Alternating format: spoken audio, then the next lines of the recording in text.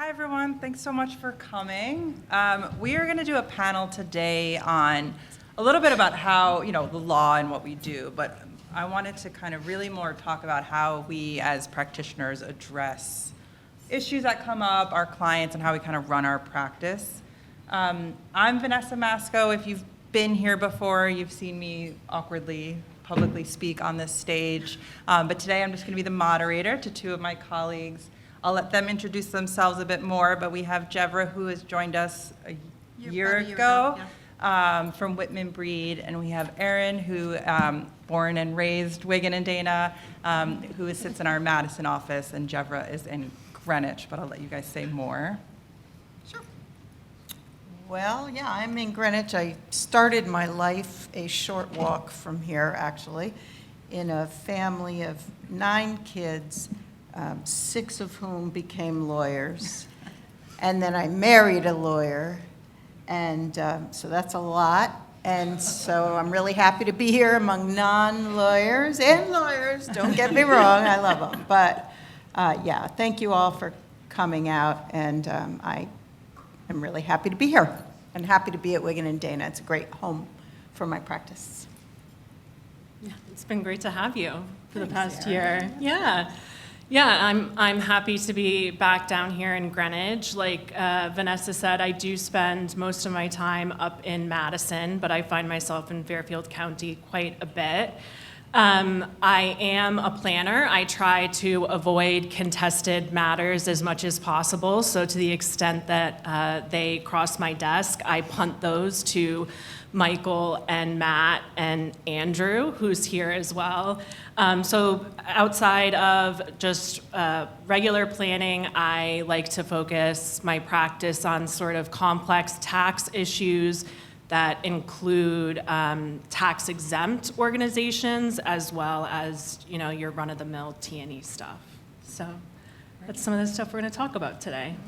Yeah, so I wanted to kind of kick this off with a question about how your practices have changed, either since you've started your career or even more recently since, pre-pandemic. What have you noticed different in how you approach clients or what issues they bring to you? Jevera, do you want to start? Yeah, sure. So we were talking a little bit about this issue at my table, which is that the internet and specifically AI has brought a whole new thing to a client meeting, which is that some of them, through either their own work or the work of their children, have come equipped with what they think their plan ought to be.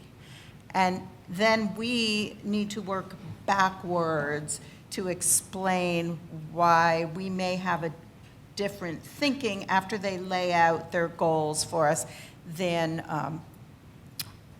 ChatGPT or anything else may have come up with, and then correct some misunderstandings that's been given. It's sort of like, if this was a panel of doctors, I'm pretty sure they would say that a good percentage of their patients come into the office with advanced medical degrees, right? Because we all know what our symptoms are, and then we look them up and we have some illness. And then the doctor has to talk us down from that. So it's similar to that.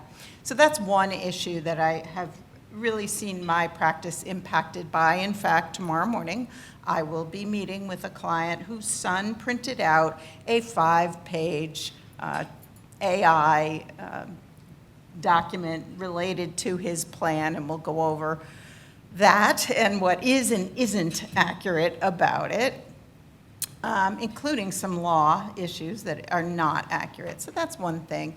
Another thing that I would say has vastly impacted planning, young Jevera Hennessey, when she was drafting a trust that said, this trust is irrevocable and may not be amended, did not know that she wrote that in pencil, right? That it could be more easily changed decades later. So that's been a huge impact. A measurable percentage of my practice now is talking to clients about changing irrevocable trusts. So that's a big difference. And then I guess I would say the last thing that comes to my mind is $15 million of exemption. Like, that's a playground that I never would have thought we could spend time in, or, 30 for a married couple. So that's a real boon to doing some planning that I never would have envisioned. Those hit some really good points, I think. AI especially, and the interplay between AI and how that brings ideas to clients. I think a great example of that is perhaps something that clients might have brought to you guys at the end of 2025, because it was a Wall Street Journal article that was making the rounds as a citation in a lot of AI generated prompts. And I think the title of the article was something like, "Why Private Equity Millionaires Love South Dakota Trusts." And it was this article about how if you put your private equity interests into South Dakota trusts, you could avoid state-level income taxes. So a lot of the lawyers in our group were fielding questions, a lot of questions from clients that were sort of along the lines of, why in the world haven't you told me to go to South Dakota? I'm missing the opportunity to avoid a 6.99% income tax in Connecticut. Well, that sounds great, right? It looks like South Dakota is the promised land out west. And maybe if you listen to a lot of the marketing spiels in the T&E world, you might believe that to be true. But for a number of reasons, mostly based in the way that the Connecticut fiduciary income taxation system works, virtually no Connecticut resident is going to avoid Connecticut income tax using a South Dakota trust. So I won't bore you with the details of why that is right now, but it would have to be a very, very specific set of circumstances that you would have to fit into in order for a South Dakota trust to work for a Connecticut resident to avoid Connecticut income tax. And even if you have a client who fits those set of circumstances, which essentially is, no Connecticut beneficiaries, which is pretty unusual, right? Most of our Connecticut clients create irrevocable trusts for a spouse and their descendants. So at least one of those beneficiaries among the permissible class of distributees lives in Connecticut, right? There's a nexus to Connecticut somewhere in there, or there's Connecticut-sourced income that is going to trigger Connecticut income tax. But even if that's not the case, Connecticut now has pretty good trust law, right? As of January 1st, 2020, Connecticut has adopted its own version of the Uniform Trust Code, and we have pretty similar rules in Connecticut that South Dakota has. One, I guess, difference that we could highlight is the rule against perpetuities. South Dakota has gotten rid of their rule against perpetuities, which means that you can create a trust there and it can last for forever. It's never forced to terminate. Connecticut, 800 years. As Michael pointed out in a presentation that he and I recently gave, the US is celebrating its 250th anniversary this year. That helps to put in context quite how long 800 years is, right? So how many of our clients really think that 800 years isn't long enough for a trust to last? So unless you have a client who really feels that to be the case, then there's no meaningful reason why we should be encouraging clients to pay a South Dakota trust company to go out west to create a South Dakota trust for something that they could achieve here. So that is certainly something that has changed. In my 10 years of practice, this has been sort of a growing trend in the last couple of years, which I do think is connected to AI. But there also is an element of just general T&E marketing, and that is not necessarily new or directly connected to AI. There's always a different marketing trend.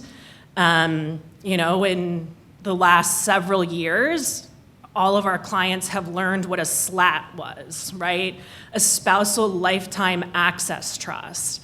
That was not something that I think was in their vernacular prior to maybe 2020. And now I think a lot of our clients know what that is. But a SLAT existed prior to that time frame. In fact, it existed long before anyone called it a spousal lifetime access trust, right? We were creating irrevocable trusts of which the grantor's spouse was a beneficiary long before we ever called it a SLAT. SLAT is just a marketing term, right? So it's an ever-evolving landscape in T&E, and AI is certainly going to keep that evolution ever-changing. Yeah, and one other thing I'll add is our clients are living longer and working longer, and that impacts a lot of what we do in our, when we're making irrevocable trusts, to your point, and we need ways to modify them because circumstances are changing and people are living longer. But also it impacts business succession planning.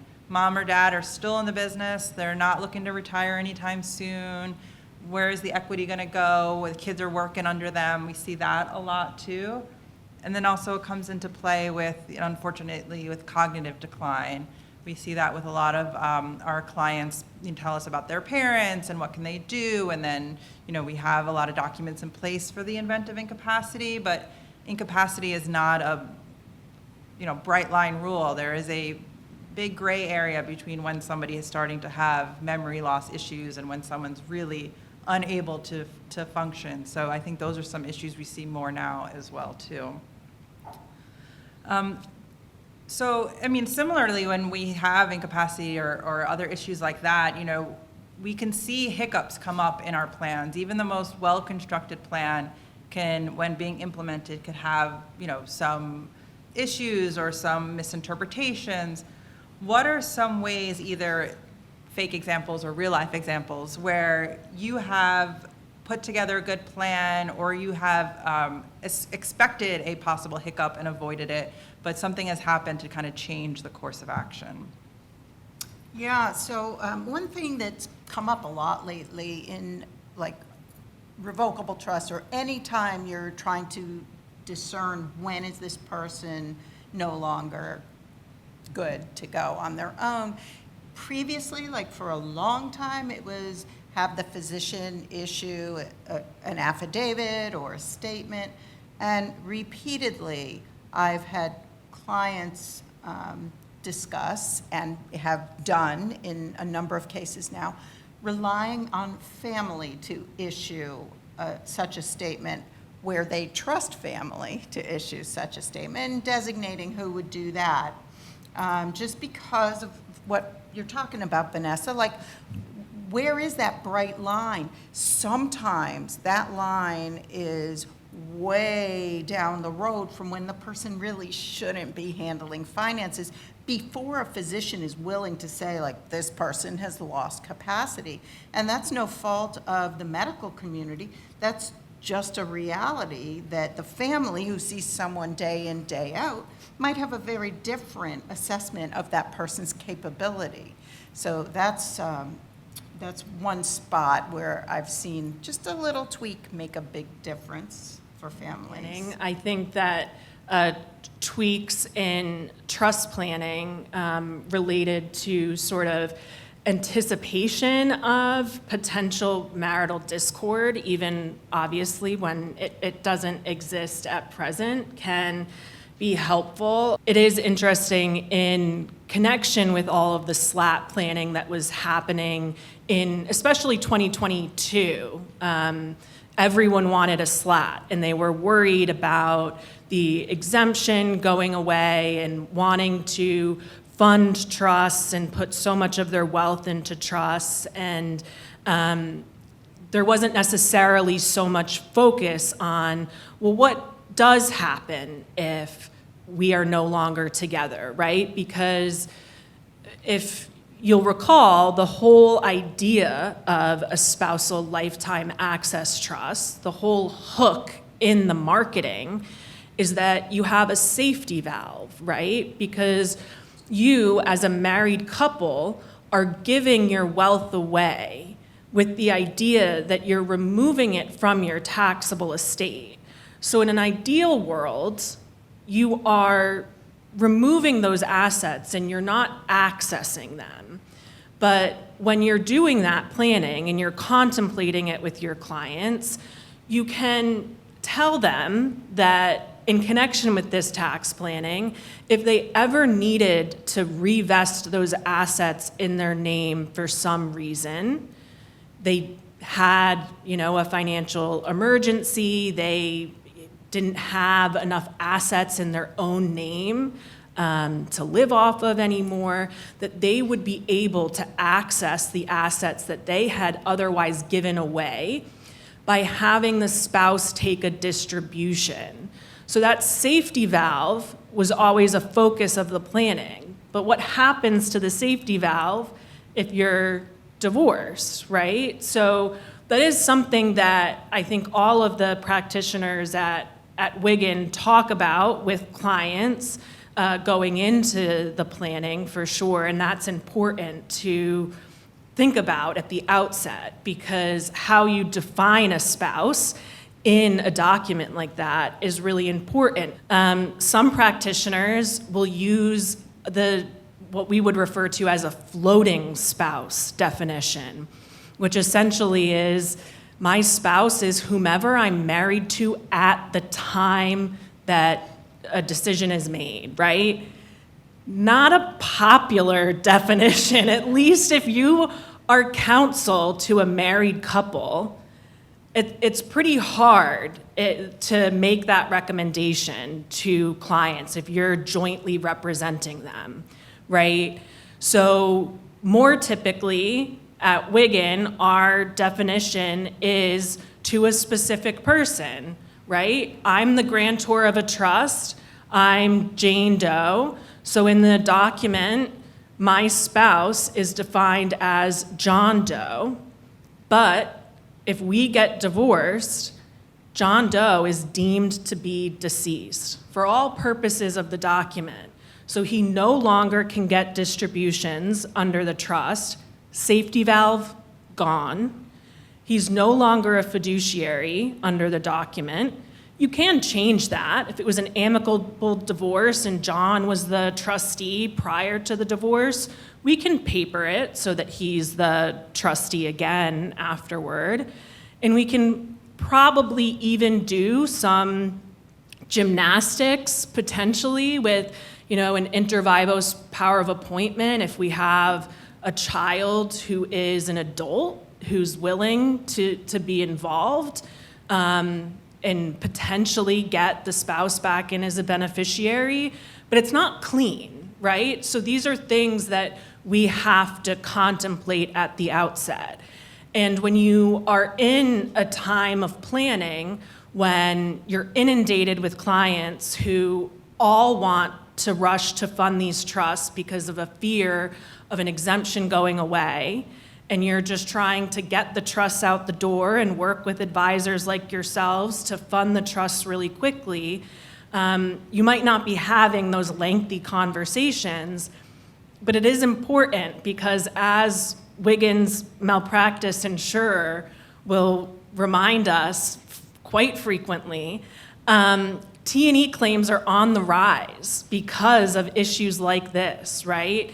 People fund slats and then they get divorced, and then they're suing their T&E lawyers for not adequately advising them about the consequences of what they did, of giving their money away, and now they can't access it. Now you've got a family court and a family law judge interpreting an area of the law that they do not know intimately, and now it's the Wild West. So we try to anticipate these things, and that means creating flexibility within documents, but also just wise counsel at the outset. Yeah, and one other thing that I think a lot of practitioners deal with is, clients will come to me and say, Vanessa, I want to save on estate tax, or I want to pay no estate tax. What should I do? And running through my head is like a laundry list of techniques. I could give this client 15 different trusts to create, FLPs, limited partnerships here and there, and a million different kinds of ways to minimize estate tax, credit protection, all of that. But you have to then balance that with, I'm not going to be involved in all these structures going forward. I have to trust my clients will be able to actually administer these. And, when they have the right support team, you're more optimistic they can do it. But I have seen clients who have come to me from other attorneys with these complicated structures that they simply don't understand. And honestly, it's not going to save you estate taxes if you're not actually following the structure.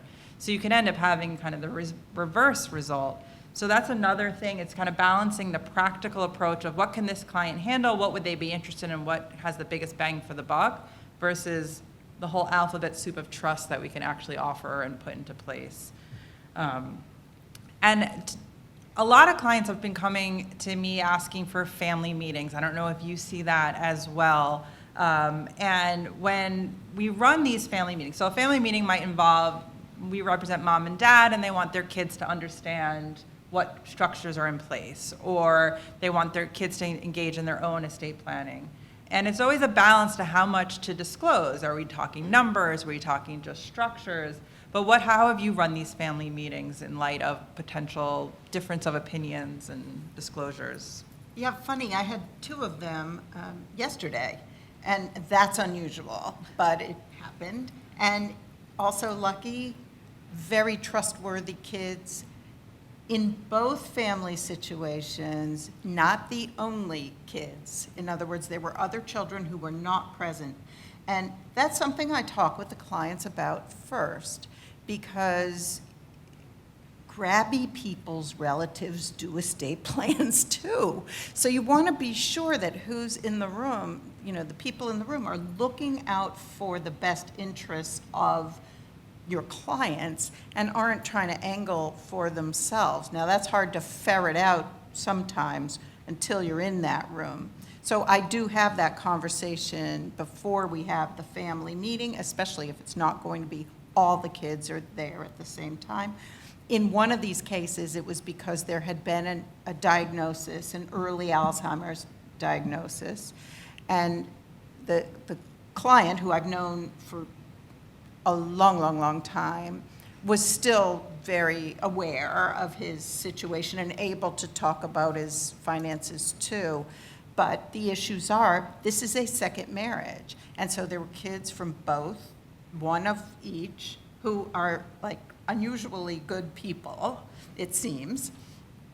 And the questions are things like, okay, she has some assets, he has some assets, we know he's got the diagnosis, she seems fine, but something could happen to both of them. There could come a time where they are both incapacitated. Whose money are we spending on their care? Is it going to come, first could come from the joint accounts, but they have separate accounts. And the notion we came up with was that they have certain accounts that will go to one side of, the husband's kids.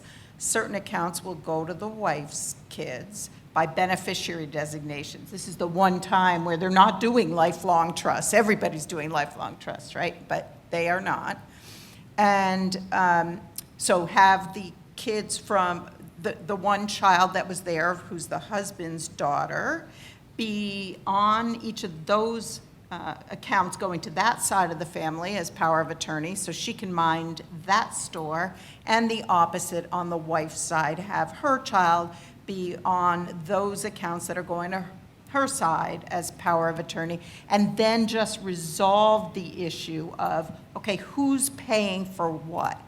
so that it is clear before incapacity really overtakes him or both of them, whose money is being spent. That's an issue in this particular fact pattern.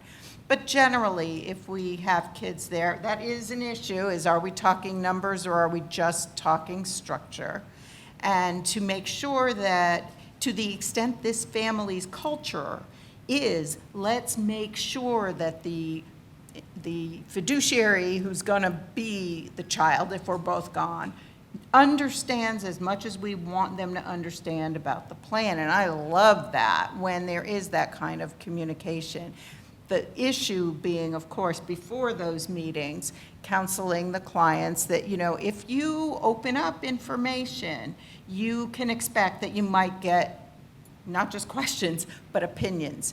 And for certain families, the culture does not work. Maybe the parent is not a strong enough influence. You know what's happening these days. Some kids are a stronger influence on the parents than the other way around. So do you want to open up that conversation? Is it in the client's best interest to open that conversation with the children, knowing that the upside is they'll have information, they'll be better prepared, and the potential downside is who's pecking away at mom or dad to alter things in a certain way, and does mom or dad have to put up with that?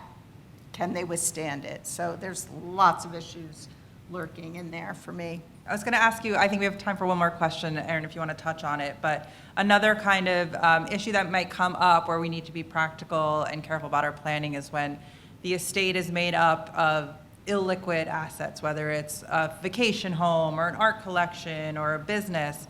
What are some ways you might advise clients on dividing otherwise indivisible assets? Oh, that's an interesting one. I think it really depends on the asset itself. I know that we've had some internal conversations regarding like art collections and stuff like that when it comes to, you know, really making the documents specific with regard to the distribution of tangible personal property.